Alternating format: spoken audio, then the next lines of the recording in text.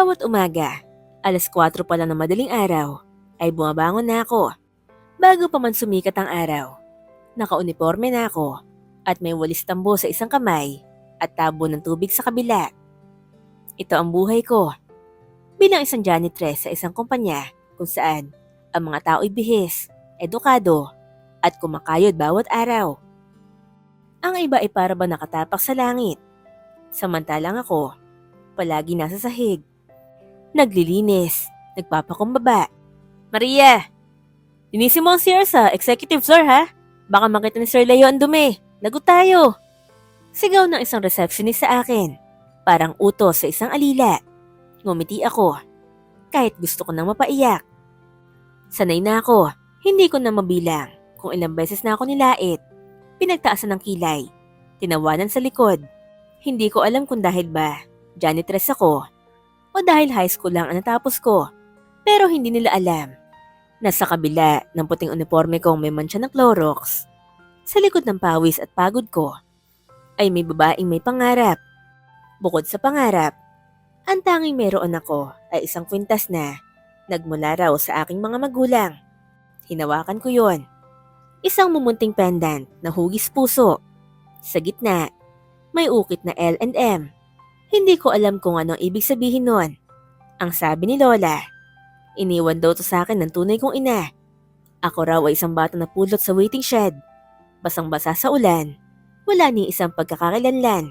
Maliban sa kwintas na to. Ingatan mo yan, Maria. Lagi niyang paalala. Baka isang araw, yan na maging susi sa mga tanong mo. Akala ko noon, kwento lang yun ng isang matandang naghahanap ng kwento.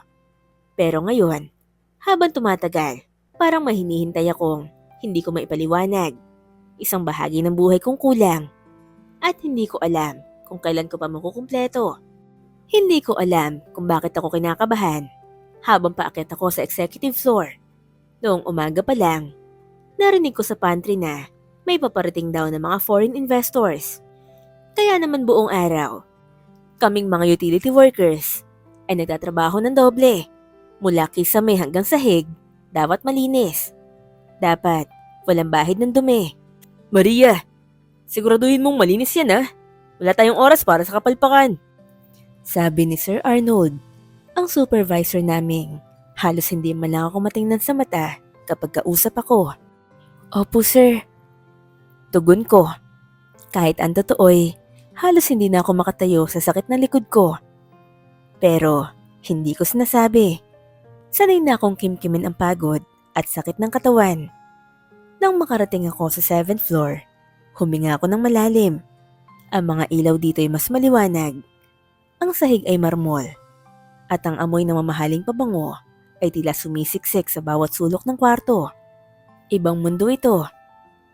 Isang mundong hindi para sa mga tulad ko. Pero nandito ako. Dala ang map at timba. Habang binubura ko ang isang mantsa sa sahig, biglang bumukas ang elevator. Maririnig mo ang paghinga ng mga tao. Lahat ay napatigil. Parang may dumating na hari. Lumingon ako at nakita ko siya. Si Mr. Leonardo Estrada, ang CEO ng Estrada Group of Companies. Matangkad, matikas, may edad na. Pero bakas pa rin ang tikas ng isang lalaking sanay sa kapangyarihan. Tahimik siya naglakad at bigla ako nanlamig sa kinatatayuan ko. Nagmadali akong umurong pero huli na. Nagkasalubong kami. Pasensya na po sir. Napayuko ako, sabay hawak sa aking map. Hindi ko inaasahan ang susunod na mangyayari. Nakatulala siya sa akin. Ang kwintas mo. Mahina niyang sabi. Napalunok ako. Bakit niya napansin ang kwintas? Dahan-dahan siyang lumapit. At bago ko pa man mapigilan ng sarili, napaatras ako ng bahagya. Pero hininto niya ang paglapit. Hindi para manita, kundi para tumingin. Malalim. Hindi sa akin, kundi sa kwintas sa leeg ko. Pwede ko bang makita? Mahinang tanong niya. Halos pabulong. Po? Tanong ko, naguguluhan.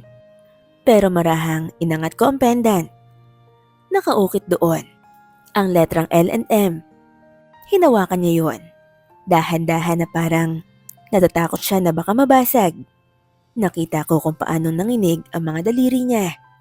Diyos ko, bulong niya. Ito mismo ang kwintas ng anak ko. Nanigas ako sa kinatatayuan ko. Anong sinasabi niya? Tiningnan niya ako, hindi bilang isang tagalinis. Hindi bilang isang hamak na empleyado. Tiningnan niya ako na parang matagal na niya akong kilala. Anong pangalan mo, Iha? Tanong niya, baka sa boses ang panginginig. Maria po. Sagot ko. Halos hindi ko na marinig ang sarili ko. Maria. Sambit niya. Parang sinisiguro ang pangalan sa bibig niya. Ilang taon ka na? 23 po. Tumango siya, mabagal. 23 taon na rin simula nung mawala ka. Hindi ko alam kung anong mas matindi. Ang takot, ang pagtataka, o ang pagkalito. Paano ko siya dapat kausapin? Anong koneksyon ang meron siya sa akin? At bakit tila ba gumuho ang mundo niya sa isang simpleng kwintas? Wala na ako nasabi. Nakatingin lang ako sa kanya habang siya'y napaupo sa pinakamalapit na upuan. Napayuko siya. Hawak pa rin na pendant. At sa unang pagkakataon, nakita ko ang isang makapangyarihang lalaki na unti-unting nababasag sa harap ko. Hindi ko alam kung paano ako nakatayo sa harap ni Mr. Estrada ng mga sandaling yun. Parang may humigop sa lahat ng hangin sa paligid ko. Ang mga kasamahan kong abalang-abala kanina ay bigla na tahimik. Wala na nagtatawanan. Wala na nagsasalita. Tila ba lahat sila'y nakiramdam sa tensyong nakalutang sa pagitan namin. Nasaan ang lola mo ngayon? Tanong niya matapos ang ilang minutong katahimikan. Nanikip ang dibdib ko. Wala na po siya. Pumanaw na. Mga 2 taon na. Napapikit siya. At sa isang iglap, nakita ko ang pagdaloy ng luha sa kanyang mata. Isang bagay na akala kong hindi mararanasan ng isang tulad niya. Anong sabi niya sa'yo tungkol sa kwintas? Huminga ako ng malalim. Pilit inaalala ang boses ni Lola. Sabi niya po, iniwan lang daw ako sa isang waiting shed. Basang-basa po ako noon. Bagong panganak yata. Walang iniwang papel o kahit ano, kundi itong kwintas. Itinuring niya na raw akong sariling apo. Sabi niya, hindi ko kailangan hanapin pa kung sino ako. Dahil sapat na raw na alam kong minahal niya ako. Hindi ko napigilan ang pagtulo ng luha ko habang sinasabi yun. Ang dami ko kasing panahong isipin kung bakit ako iniwan. Kung may naghanap ba sa akin. Kung may nagmahal ba talaga sa akin noon. Pero ngayon, sa harap ng taong ito, parang biglang bumigat ang lahat ng tanong. L&M. Mahina niyang sabi. Leonardo at Margaret. Ako at ang yumaong asawa ko. Ginawa ko yung kwintas na yan bago siya manganak. Iisa lang ang ganitong disenyo. Hindi ko alam kung maniniwala ba ako. Pero, totoo ang nararamdaman ko. May koneksyon. Isang koneksyon na hindi kayang ipaliwanag ng salita. Napaupo ako sa gilid ng upuan. Tila ba nangihina.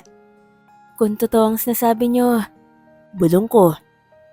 Bakit ako naiwan? Tumahimik siya, nakatungo. Tila nilulunod ng alaala. May kumuha sa'yo, Maria. Sa resort kung saan kami nagbakasyon. Gabi yun. Magkasama kami ng nanay mo. Sandali lang kaming pumikit.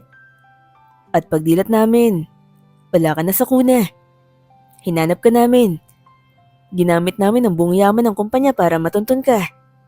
Pero walang bakas. Walang testigo. Wala ka. Tumulo muli ang luha ko. Mas mabilis ngayon. Hindi ko na kinailangan tanungin pa. Ramdam ko sa boses niya ang sakit, ang kawalan, ang galit sa sarili, at ang pag-asang hindi pala tuluyang nawala. At ako pala ang pag-asang yun. Matagal bago ko natanggap. Sabi niya. At lalo nang pumanaw ang asawa ko. Halos gusto ko nang sumuko. Pero ngayon, ikaw nakikita ko sa harap ko. Buhay ka. At narito ka lang pala sa kumpanyang tinayo ko. Napahawak siya sa dibdib niya. At parang bigla siya nang hina. Agad akong lumapit. Sir, Hindi ko alam kung saan galing ang salitang yon. Pero kusa siyang lumabas sa bibig ko. Napatingin siya sa akin at ngumiti. Sa kabila ng luha, sa kabila ng lungkot, may liwanag sa mga mata niya. Ako nga, anak kita Maria. At doon ko na hindi napigilan ang sarili ko. Bumulwak ang luha ko, hindi na bilang isang janitress, hindi bilang isang empleyado. Umiyak ako bilang isang anak.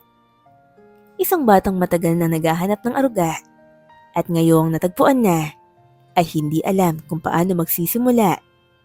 Kinabukasan, nagbago ang lahat. Pagpasok ko sa opisina, hindi na ako si Maria na tagawalis. Hindi na ako yung binubulyawan sa pantry o tinatawanan sa elevator. Ang bawat mata ay sumusunod sa bawat hakbang ko. Hindi na may pangungutya, kundi may pagtataka, may kaba, may takot. Isa akong janitress noon na napag-alamang nawawalang anak ng mismong may-ari ng kumpanya. Hindi ko alam kung matatawa ko o iiyak. Kung noong isang araw ay halos hindi ako makita ng mga tao. Ngayon naman ay halos hindi na nila ako lubayan ng tingin. Good morning po, Ma'am Maria. Bati ng receptionist na kahapon lang ay halos hindi ko maramdaman ang presensya. Tumango ako, pilit na ngumiti. Hindi ko pa rin alam kung paano ko dapat tanggapin ang biglaang pagbabagong ito. Hanggang ngayon, parang panaginip pa rin ang lahat. Dinala ako ni Sir Leonardo, ni Papa sa kanyang opisina. Hindi pa ako sanay na tawagin siyang Papa. Pero unti-unti, natututo akong yakapin ang katotohanan yon. Hindi siya perpekto, ni ako. Pero hindi ba't sapat na nandito kami ngayon? Gusto kitang ipakilala sa Board of Directors, Iha. Sabi niya habang hinihigpitan ang hawak sa aking kamay. Nagpigil ako ng hininga. Hindi pa ako handa. Pero pumasok kami sa boardroom. Malamig, malawak, at punong-puno ng mga matataas na opisyal. Nasanay makipag-usap sa milyon-milyon transaksyon. Ngunit sa araw na yon, silang lahat ay tila nawala sa sarili nang ipakilala ko ni Papa. Mga kasama, ani Papa, ang matagal kong hinahanap at matagal kong ipinagdasal. Ang anak kong si Maria, ang aking tagapagmana. Napatingin ako kay Papa. Tahimik pa rin ang lahat hanggang sa isa-isa nagtaasan ng kilay, nagbulungan at nagsimulang magtanong. Paanong? Siya ba talaga? Janitress siya, hindi ba? Baka nalilito lang si Sir. Baka hindi ito totoo. Wala siyang pinag-aralan, di ba? Napayuko ako. Dito napapasok ang totoo kong laban. Hindi sapat ang kwintas. Hindi sapat ang dugo. Para sa kanila, ako pa rin si Maria. Ang babaeng mababa ang pinag-aralan. Walang degree. Pero hindi ako pumasok dito para humingi ng respeto. Pumasok ako para kunin ang sarili kong dangal. Alam kong mahirap tanggapin, sabi ni Papa. Pero totoo to. May DNA test tayong inaasikaso na rin. At higit sa lahat, sa puso ko, alam kong siyang anak ko. Pinisil niya ang kamay ko. At sa unang pagkakataon sa buong buhay ko, may isang taong nasa tabi ko. Lumalaban para sa akin. Pagkatapos ng pagpupulong, bumalik ako sa dating staff lounge. Hindi ko alam kung bakit. Marahil, gusto kong balikan ang bahagi na nakaraan ko, kahit sandali. Doon ko na siya nakita. Si Carla, isa sa mga janitress ding minsan naging kaibigan kunwari. Ngayon, hindi siya makatingin sa akin. Maria, Mahinang bati niya. Hindi mo na kailangan magsabi ng kahit ano, Carla. Sabi ko, alam ko naman kung anong tingin mo sa akin noon. Napayuko siya. Pasensya na. Hindi ko inakalang... Ano? Anong di mo inakala? Tahimik siya. Ngumiti ako. Hindi dahil sa panalo ako, kundi dahil sa wakas. Kaya ko nang humarap sa mga taong minsan nang maliit sa akin. Hindi ako nagbago, Carla. Dagdag ko. Ako pa rin si Maria. Pero ngayon, hindi ko na kailangan patunayan kung sino ako. Dahil alam ko na. At yun lang ang mahalaga. Paglabas ko ng lounge, ramdam kong may tinanggal sa likod ko. Parang biglang gumaan ang lahat. Hindi pa tapos ang laban ko. Pero ngayon, hindi na ako naglalakad ng nakatungo. Ngayon, taas noon na akong humaharap sa mundo. Ilang linggo na ang lumipas mula nang pumasok ang malaking pagbabago sa buhay ko. Araw-araw, unti-unti akong tinatanggap sa bagong mundo na minsan naging malayong pangarap lamang. Pero sa kabila ng mga bagong damit, bagong opisina at bagong apelyido, hindi ko pa rin maiwasang tanungin ang sarili ko. Ako pa rin ba ito? Isang araw, tinawag ako ni Papa sa salig niya. Wala nang estranghero sa pagitan namin ngayon. Hindi na siya ang matigas at mailap na CEO. Siya na ngayon si Tatay Leonardo. Ang lalaki naghintay, naghanap, at nagdasal na makasama ang anak niyang nawala sa kanya. Maria, may gusto akong ibigay sa'yo. Sabi niya habang inaabot ang isang sobre. Dahan-dahan ko yung binuksan. Nandoon ang titulo ng isang lupa, mga papeles ng negosyo, at isang liham na nakasulat sa kamay. Ano po to? Pamana, sagot niya. Pero hindi lang to para sa'yo. Gusto ko ring malaman mo. Deserve mo ang lahat ng to. Tinitigan ko ang mga papel. Pero mas tumatak sa akin ang mga salitang yun. Hindi ko kailangan ng titulo para maramdamang may halaga ako. Mahina akong sagot. Kasi kahit janitress ako, kahit walang diploma, alam kong may puso akong marunong magmahal, magpatawad at lumaban. At kung may mana man ako, hindi yung lupa, kundi yung lakas na ibinigay sa akin ng mga pinagdaanan ko. Ngumiti si Papa. At yan ang dahilan kung bakit ikaw ang pinakakarapat dapat sa lahat. Sa araw ng anibersaryo ng kumpanya, ako ang inimbitahan ni Papa para magsalita. Lahat ng empleyado ay nandoon, mula sa mga matataas na opisyal hanggang sa mga utility staff. Hindi ko alam kung paano ako nagsimula. Pero nung hawakan ko ang mikropono, biglang bumalik ang lahat ng alaala. Ako po si Maria. Panimula ko. Dati po akong janitress dito. Marami akong pinadaan ng hirap, panlalait at pagmamaliit. Pero hindi ko ikinahiya ang pagiging ako. Dahil bawat pagbulis ko sa sahig na to ay paalala na may ginagawa akong mahalaga. Napaluha ang ilan. Lalo na ang mga kasamahan kong utility staff na ngayon ay tuwan-tuwa sa bawat salitang binibitawan ko. Natutunan kong ang dangal ng isang tao ay hindi nasusukat sa taas ng kanyang pinag-aralan o sa kapal ng kanyang bulsa, kundi sa kabutihan ng kanyang puso at tibay ng kanyang loob. Tumayo si Papa sa tabi ko at niyakap ako. Walang salita, walang palakpak, kundi yakap lang. Mahigpit, totoo, at puno ng paghilom. Nagpalakpakan ang lahat na nakinig sa litanya ko. Ngayon, ako na ang namumuno sa CSR o Corporate Social Responsibility ng kumpanya. Ginamit ko ang pamana hindi para sa sarili ko, kundi para magtatag ng programa para sa mga katulad ko manggagawang madalas ay hindi napapansin. May mga scholarship na para sa mga anak ng mga janitress, guard at messenger. May mga libreng seminar at skills training. Sa bagong opisina ko, Nasa gitna ng desk ang isang maliit na frame. Larawan namin ni Lola. Hawak ko ang kwintas na minsang naging tanging tanikala ng aking nakaraan.